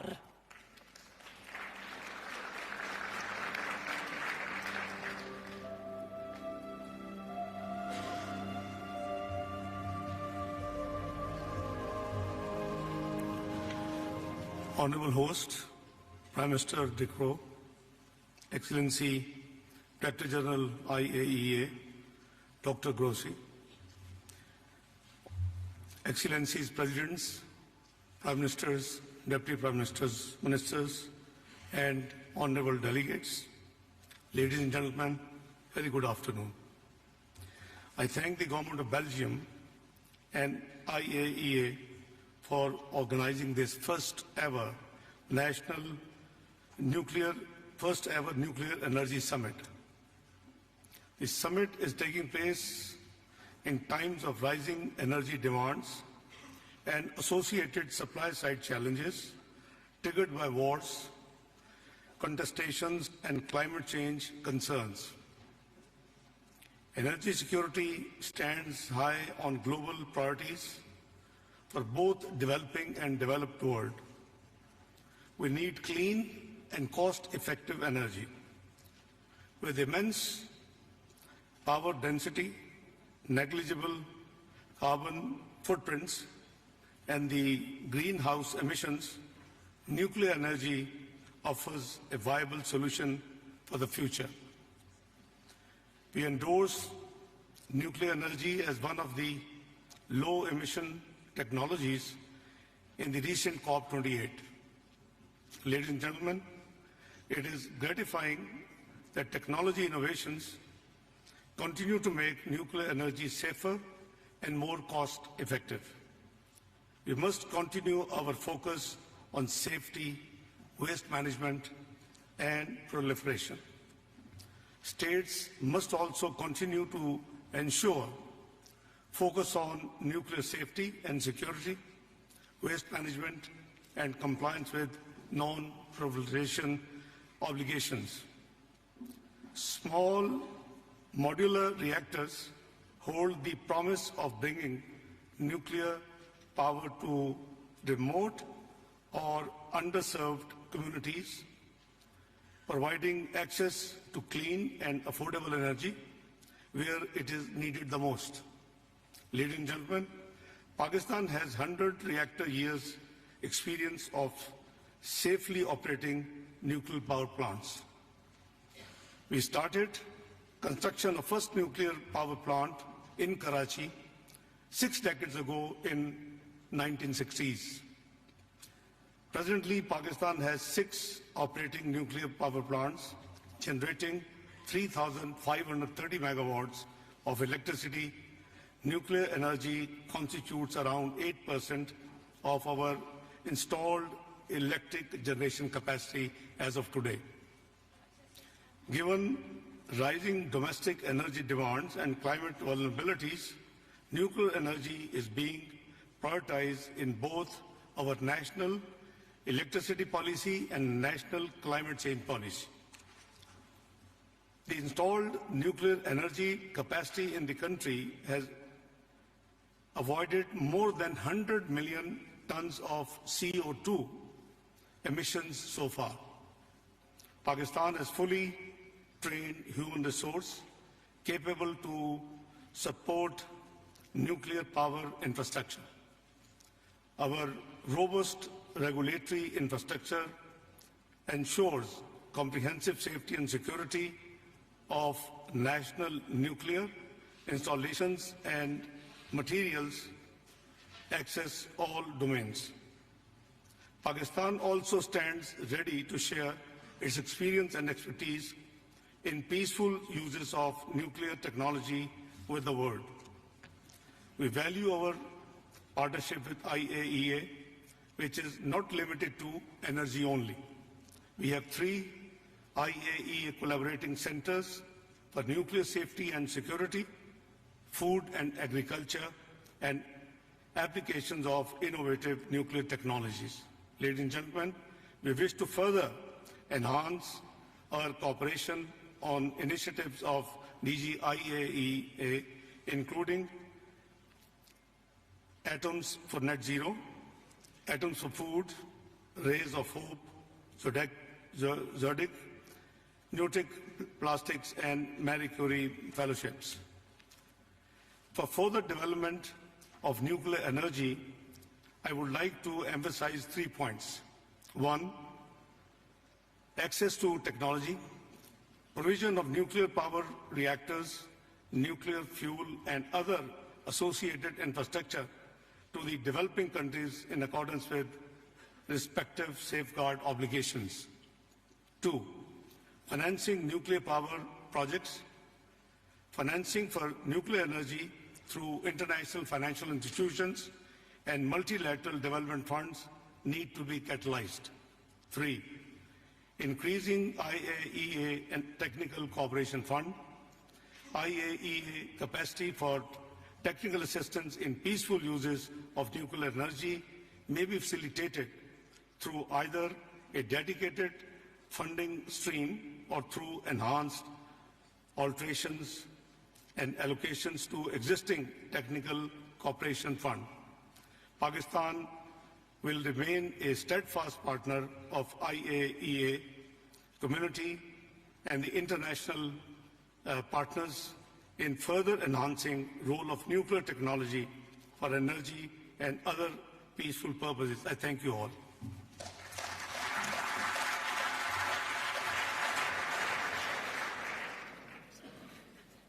Thank you, Minister Dar. And now please welcome the Minister of Foreign Affairs of Turkey, His Excellency Hakan Fidan.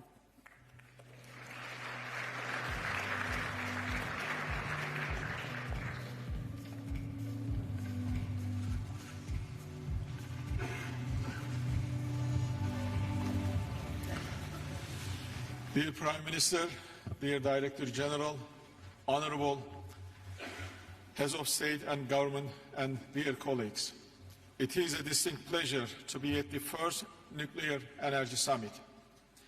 Therefore, we thank Belgium and the IAEA for organizing this timely meeting. The summit constitutes a turning point concerning the future of civil nuclear energy. Here we acknowledge the role of civil nuclear energy in energy security and the fight against climate change. Turkey has already been implementing a solid energy route and source diversification strategy with an ambitious clean energy transition agenda. As a fast-growing industrial economy, we had to introduce new energy supply programs. Therefore, we stepped into the civil nuclear arena. The Akkuyu nuclear power plant is our flagship project. Once fully operational, it will meet 10% of our electricity demand. Our objective is to raise this level by building additional conventional plants as well as small modular reactors. As an embarking country, we have been applying the highest international safety standards in cooperation with the agency. I would also like to highlight the importance of global cooperation for financing of nuclear energy projects. Excellencies, the situation in Zaporizhzhia nuclear power plant is a serious concern for us.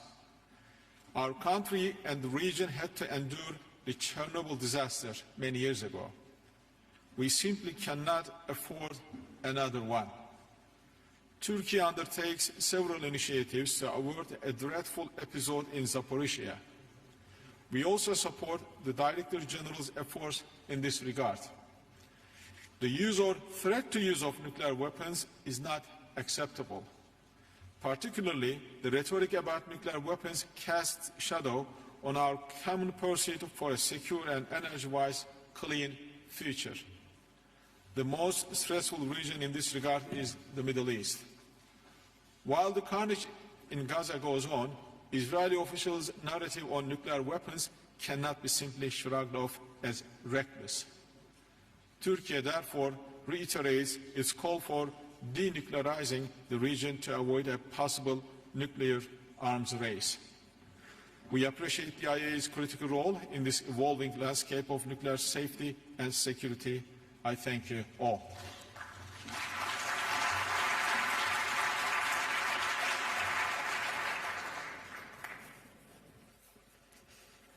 Thank you very much, Your Excellency. And for the following statement, I would like to ask a warm welcome to the Parliamentary Vice Minister of Foreign Affairs of Japan, His Excellency Masahiro Komura.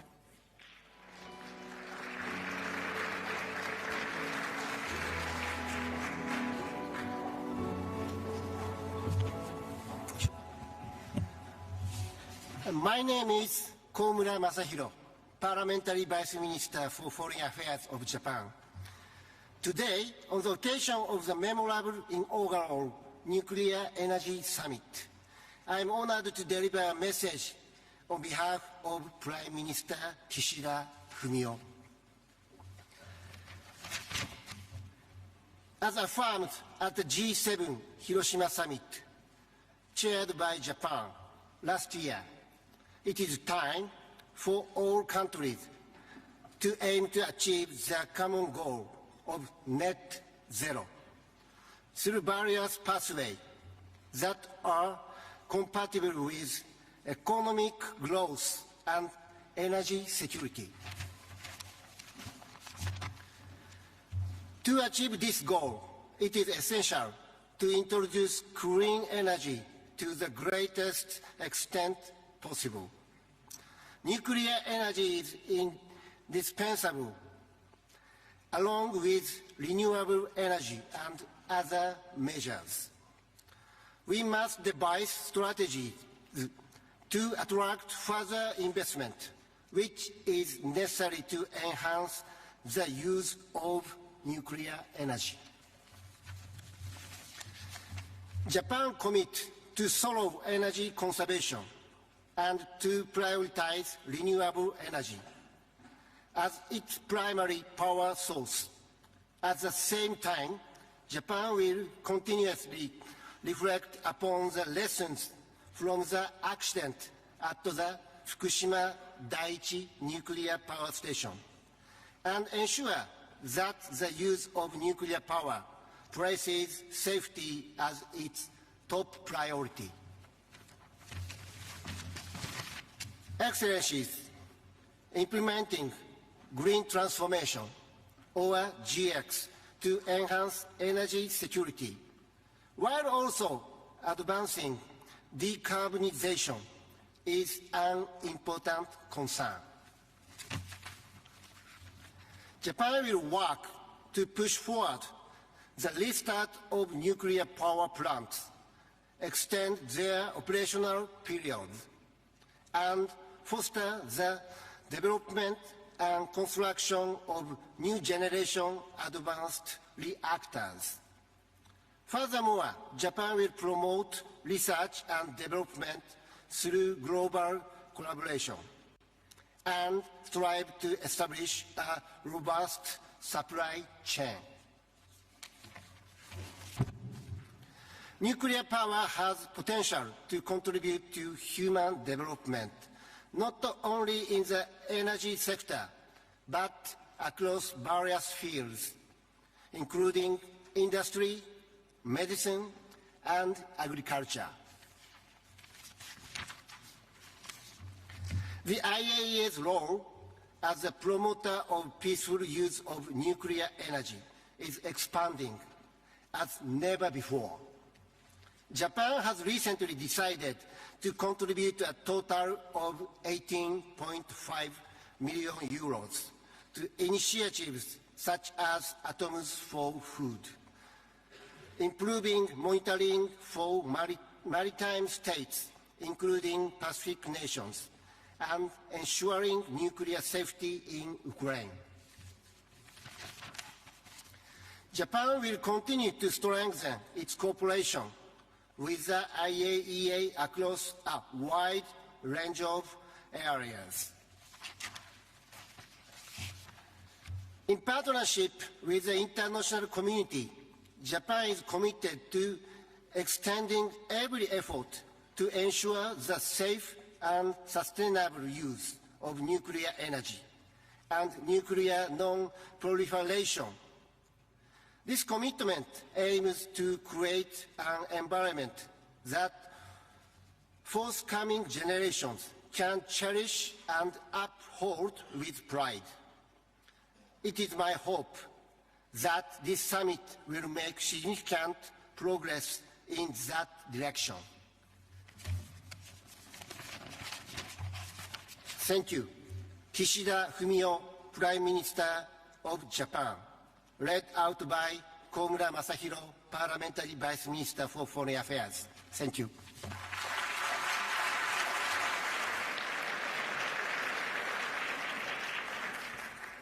Thank you very much, Mr. Vice Minister. And now I'm very honored to give the floor to the Senior Advisor to the President for Clean Energy, Innovation and Implementation of the United States of America, Mr. John Podesta.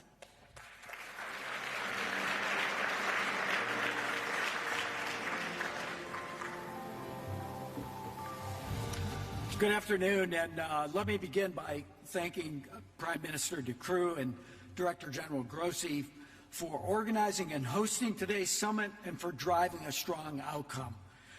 The United States has long been a global leader and proponent of peaceful use of nuclear energy under the highest standards of nuclear safety, security, and non-proliferation. As Director General Grossi noted, since President Eisenhower's Atoms for Peace speech, we have been undergirding that approach to nuclear power. And today we're engaged in a 21st century update to that Atoms for Peace vision.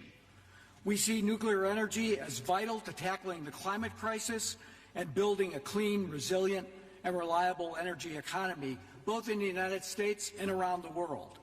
It's why the United States co-led a bold pledge with more than 20 countries at COP28 to triple global nuclear energy capacity by 2050. 2024, of course, is a critical year of implementation for that pledge. We estimate that the United States alone would need to build 200 gigawatts of new nuclear capacity to meet our domestic net zero 2050 commitment. We're getting to work. Nuclear fission is already our largest source of clean energy. Construction was recently completed on the AP1000 Vogtle 3 unit, and we're working to complete the Vogtle Unit 4 unit. When fully operational this year, Vogtle will be the largest source of clean, firm power in the United States. U.S. companies with support of the Biden-Harris administration are also building multiple advanced and small modular reactor demonstrations to speed their commercial deployment and make them ready for worldwide deployment by the beginning of the next decade. And fusion energy shows promise for helping us reach net zero by 2050, attracting over $6 billion for 43 fusion companies globally. 25 of those are located in the United States. The U.S. is committed to leading by example. As we demonstrate our success at home, we're shaping our tools to support responsible nuclear power deployment around the world. The U.S. Export-Import Bank announced a suite of financial tools at COP28 to support global deployment of small modular reactors. And in 2021 and 2022, the U.S. Trade and Development Agency completed a $10 million study for a large reactor project in Poland and a $28 million study for the first phase of an SMR project in Romania. The U.S. nuclear industry is ready to do its part to address the climate crisis and help the world build safe, secure, reliable nuclear power. We also need to work together to build safe, reliable, and secure fuel supplies that reduce reliance on any one country or actor. At COP28, the United States, Japan, Canada, France, and the UK announced we would collectively mobilize at least $4.2 billion in government-led investments to enhance enrichment and conversion capacity over the next 3 years, and we've already surpassed that goal just a few months later.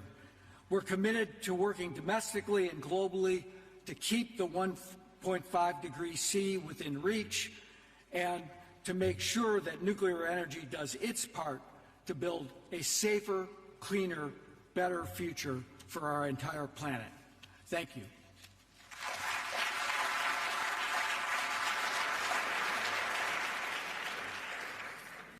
Thank you very much, Mr. Podesta. The goal of this gathering is to highlight the role of nuclear energy in addressing the global challenges to reduce the use of fossil fuels, enhance energy security, and boost economic development. And for a reaction to the declaration and the national statements, please welcome the Executive Director of the International Energy Agency to the stage, Dr. Fatih Birol.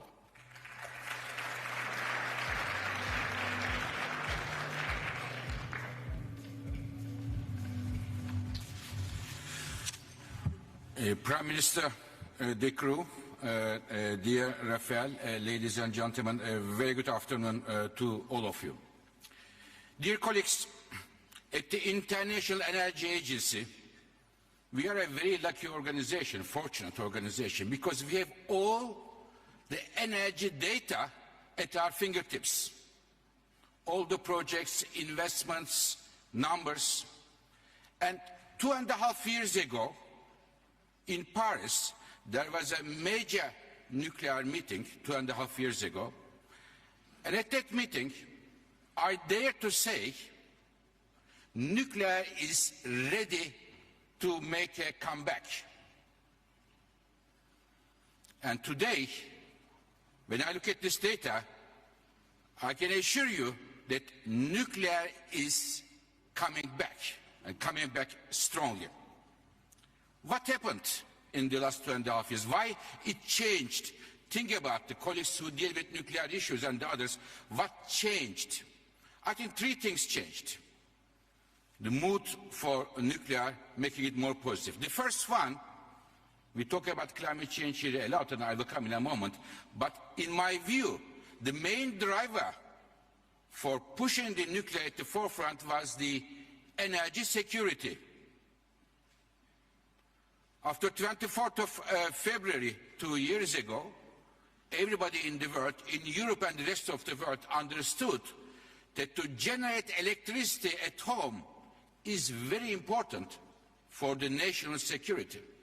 So many countries changed their policies accordingly and push renewables and nuclear electricity in order to enhance their energy securities.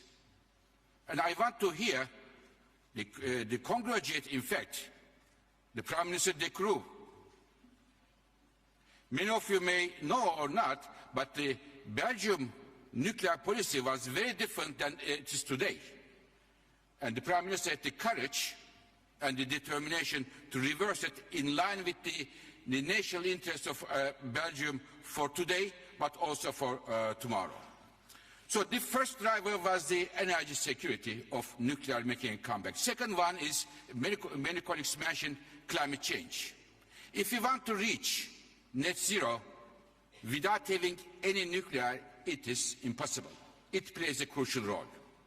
And the third and last point, dear colleagues, in today's economy, if you want to compete, you need stable electricity prices. So the third one is the competitiveness gave a boost to nuclear power. And ladies and gentlemen, it is looking very good for nuclear, but a success is not taken for granted. There is a job for government and job for industry. For governments, please, please, please value the job that nuclear industry, nuclear electricity generation is providing, zero emission and 24/7 electricity to your economies. Through different ways, because nuclear projects are not easy projects. They took a long time. You built a solar or wind plant, 2-3 years of time. Nuclear takes a long time. There are many construction risks.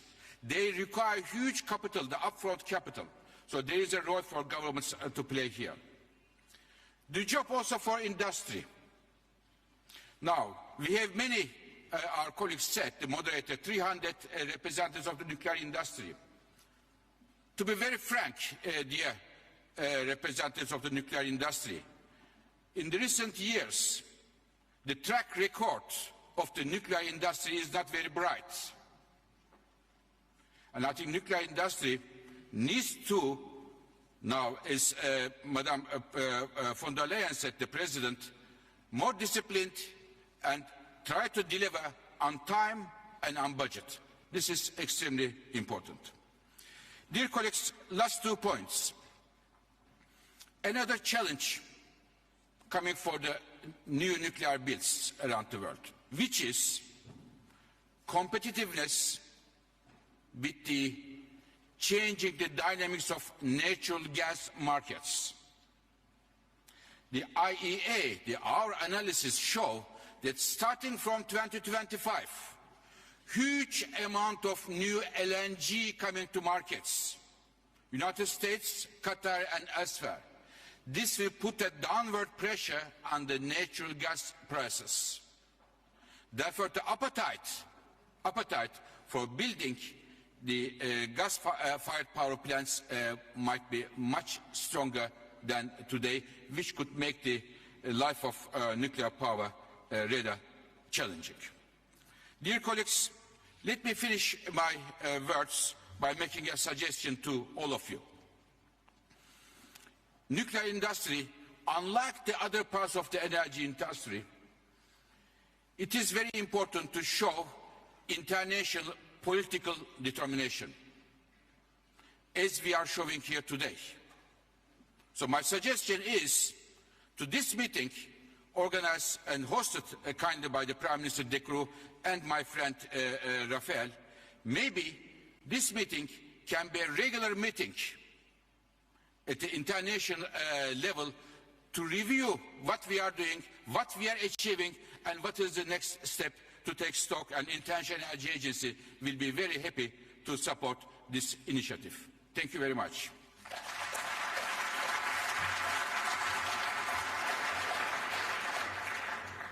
Thank you, Dr. Birol. And as announced by the International Atomic Energy Agency's Director General, Mr. Grossi, in his opening remarks, the declaration has been adopted. So, once again, thank you and yes. Thank you, dear Excellencies, for your contributions to this summit. And we will now take a break and continue at approximately 1:30 p.m. with the remaining national statements.